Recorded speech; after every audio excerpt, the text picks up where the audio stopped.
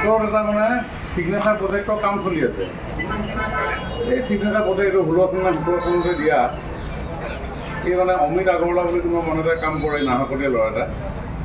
সি মানে মন মছজিদ এই কামটো কৰি আছে। গোটেই বেপাৰীবিলাক মানে দোকান চোকানবিলাক আছে, এইবিলাক ভাঙি মেলি এটা ফুটপাথত বহাই থৈ দিছিলোঁ মই।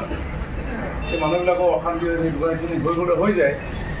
এই ষ্টেডিয়ামটো মই আপোনাৰ অডিটৰিয়ামটো এইবিলাক এনেকৈ খেল আছে লগত মোৰ। এই কণ্ট্ৰেক্টাৰটো মানে এনেকৈ নহ'ব ইয়াত। আমাৰ ডিপাৰ্টমেণ্টে পিৰিয়ডে চম্ভালিব নাই পোৱা ইয়াত। ইয়াক একদম ভালকৈ চম্ভালাচোন। সেই মানে নাহৰকটীয়া অচিটো পঠিয়াই দিয়া, নাহৰকটীয়া অচিটো মাতি আনি কিনি তাক মানে তোমাৰ অফিচৰ মুখত মানে 5 ঘণ্টামান বহাই থৈ দিয়াচোন।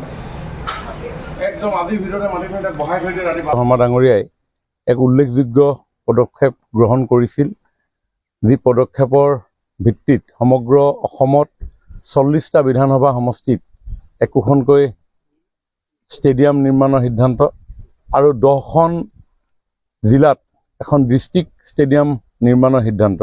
আৰু সেই সিদ্ধান্ত অনুসৰি আমি টিংখাঙতো এখন প্ৰায় 12 কোটি টকা ব্যয় সাপেক্ষে ষ্টেডিয়াম নিৰ্মাণৰ সুবিধা আমি পাবলৈ সক্ষম হৈছিলোঁ। আৰু সেই ষ্টেডিয়ামখনৰ নিৰ্মাণৰ কাম চলি আছে। মই ভাবোঁ অসমত এই যি 40টা ষ্টেডিয়াম নিৰ্মাণ হৈ আছে, 10খন জিলা ক্ৰীড়া ষ্টেডিয়াম নিৰ্মাণ হৈ আছে, অন্যহাতে ডাঙৰ কমপ্লেক্স আমাৰ ডিব্ৰুগড়ত, খনিকৰ, লখিমপুৰৰ চাবুতি আৰু শুৱালকুছিত ইনফ্ৰাষ্ট্ৰাকচাৰ নিৰ্মাণ হৈছে। এইসমূহ সম্পূৰ্ণ হৈ উঠিলে অসমত এটা সুন্দৰ ক্ৰীড়াৰ ইনফ্ৰাষ্ট্ৰাকচাৰ গঢ় লৈ উঠিব।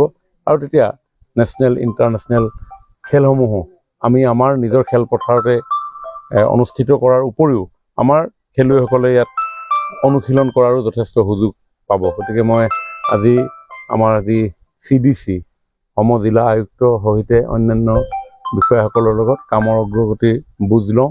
ডিপাৰ্টমেণ্টে কৈছে যে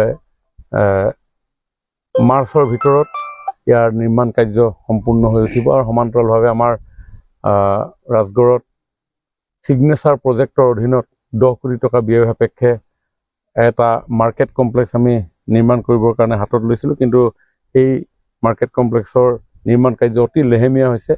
গতিকে মই জিলা সময় আয়ুক্তক আহ্বান জনাইছোঁ যাতে সংশ্লিষ্ট বিভাগ আৰু যি নিৰ্মাণকাৰী প্ৰতিষ্ঠান তেওঁলোকক যাতে অতি সোনকালে তলব কৰে আৰু স্পীড আপ কৰে। আমি এটা ইনডোৰ ষ্টেডিয়াম নিৰ্মাণ কৰি আছিলোঁ, সেই ইনডোৰ ষ্টেডিয়ামৰো নিৰ্মাণ অতি লেহেমীয়া হৈছে।